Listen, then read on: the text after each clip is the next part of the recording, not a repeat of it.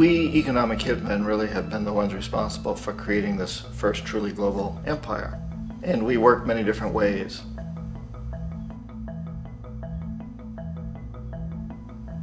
But perhaps the most common is that we will identify a country that has resources our corporations covet, like oil, and then arrange a huge loan to that country from the World Bank or one of its sister organizations. But the money never actually goes to the country. Instead, it goes to our big corporations to build infrastructure projects in that country, power plants, industrial parks, ports, things that benefit a few rich people in that country, in addition to our corporations, but really don't help the majority of the people at all. However, those people, the whole country is left holding a huge debt. It's such a big debt they can't repay it, and that's part of the plan, that they can't repay it. And so at some point, we economic hitmen go back to them and say, listen, you owe us a lot of money, can't pay your debts, so sell your oil real cheap to our oil companies. Allow us to build a military base in your country, or send troops in support of ours to someplace in the world like Iraq, or vote with us on the next UN vote.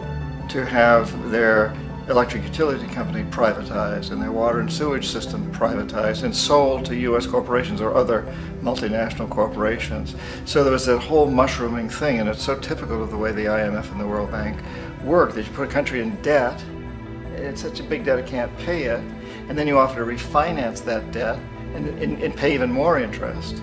And you demand this quid pro quo, which you call a conditionality or good governance, which means basically that they've got to sell off their resources, including many of their social services, their utility companies, their school systems sometimes, their penal systems, their insurance systems, to foreign corporations. So it's a double, triple, quadruple whammy. The precedent for economic hitmen really began back in the early 50s when democratically elected Mossadegh, who was elected in Iran. He was considered to be the hope for democracy in the Middle East and around the world. He was Time Magazine's Man of the Year. But one of the things that he'd run on and began to implement was the idea that foreign oil companies needed to pay the Iranian people a lot more for the oil that they were taking out of Iran. The Iranian people should benefit from their own oil. Strange policy. We didn't like that, of course. But we were afraid to do what we normally were doing, which was to send in the military. Instead, we sent in one CIA agent, Kermit Roosevelt, Teddy Roosevelt's relative. And Kermit went in with a few $1 million and was very, very effective and efficient. And in a short amount of time, he managed to get Mossadegh overthrown and brought in the Shah of Iran to replace him, who always was favorable to oil. And it was extremely effective. Bombs overflow Tehran. Army officers shout that Mossadegh has surrendered and his regime as virtual dictator of Iran is ended. Pictures of the Shah are paraded through the streets as sentiment reverses. The Shah is welcomed home. So back here in the United States, in Washington, people looked around and said, wow, that was easy and cheap. So this established a whole new way of manipulating countries, of creating empire. The only problem with Roosevelt was that he was a card-carrying CIA agent, and had he been caught, the ramifications could have been pretty serious.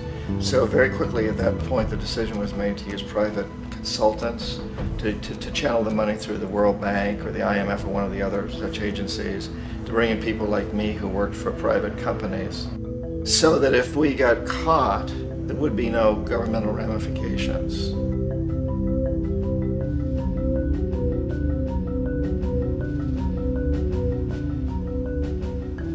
When Arbenz became president of Guatemala, the country was very much under the thumbs of United Fruit Company, the big international corporations. And Arbenz ran on this ticket that says, you know, we want to get the land back to the people.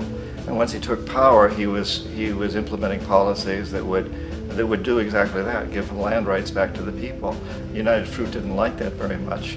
And so they hired a public relations firm, launched a huge campaign in the United States to convince the United States people, the citizens of the United States, and the press of the United States, and the Congress of the United States, that Arbenz was a Soviet puppet, and that if we allowed him to stay in power, the Soviets would have a foothold in this hemisphere. And that, at that point in time, was a huge fear on everybody's mind, the Red Terror, the Communist Terror. And so, to make a long story short, Out of this public relations campaign came a commitment on the part of the CIA and the military to take this man out. And in fact, we did. We sent in planes, we sent in soldiers, we sent in jackals, we sent everything in to take him out, and did take him out. And as soon as he was removed from office, the new guy that took over after him basically reinstated everything to the big international corporations, including United Fruit.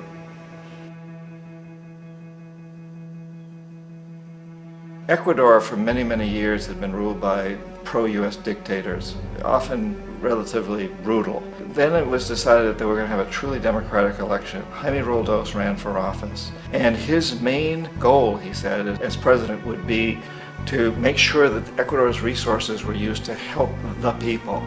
And he won, overwhelming, by more votes than anybody had ever won anything in Ecuador. And he began to implement these policies to make sure that the profits from oil went to help the people. Well, we didn't like that in the United States. I was sent down as one of several economic hitmen to change Roldos, to corrupt him, to bring him around, to let him know, okay, you can get very rich, you and your family, if you play our game, but if you continue to try to keep these policies you've promised, you're going to go. He wouldn't listen. He was assassinated. As soon as the plane crashed, the whole area was cordoned off. The only people allowed in were U.S. military from a nearby base and some of the Ecuadorian military. When an investigation was launched, 2 of the key witnesses died in car accidents before they had a chance to testify. A lot of very, very strange things that went on around the assassination of Jaime Roldos. I, like most people who've really looked at this case, have absolutely no doubt that it was an assassination. And of course, in my position as an economic hitman, I was always expecting something to happen to Jaime, whether it be a coup or assassination, I wasn't sure, but that he would be taken down because he was not being corrupted. He would not allow himself to be corrupted the way we wanted to corrupt him. Omar Torrijos, president of Panama, was one of my favorite people. I really, really liked him. He was very charismatic. He was a guy who really wanted to help his country. And when I tried to bribe him or corrupt him, he said, look, John, he called me Juanito. He said, look, Juanito, I don't need the money. What I really need is for my country to be treated fairly. I need for the United States to repay the debts that you owe my people for all the destruction you've done here. I need to be in a position where I can help other Latin American countries win their independence and be free of this terrible presence from the north that you people are exploiting us so badly.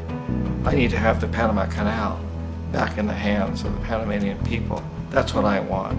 And so, leave me alone. Don't try to bribe me. It was 1981, and in May, Jaime Roldos was assassinated.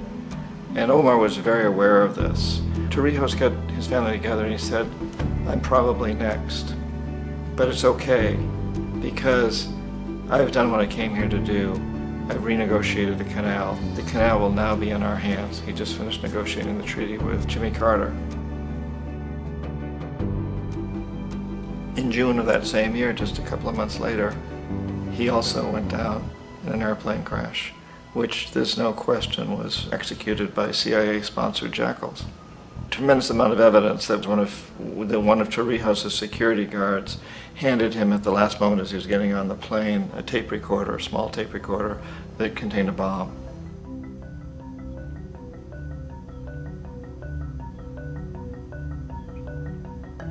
It is interesting to me how this system has continued pretty much the same way for years and years and years, except the economic hitmen have got better and better and better. Then we come up with, very recently, what happened in Venezuela. In 1998, Hugo Chavez gets elected president, following a long line of presidents who had been very corrupt and basically destroyed the economy of the country. And Chavez was elected amidst all that. Chavez stood up to the United States, and he's done it primarily demanding that Venezuelan oil be used to help the Venezuelan people.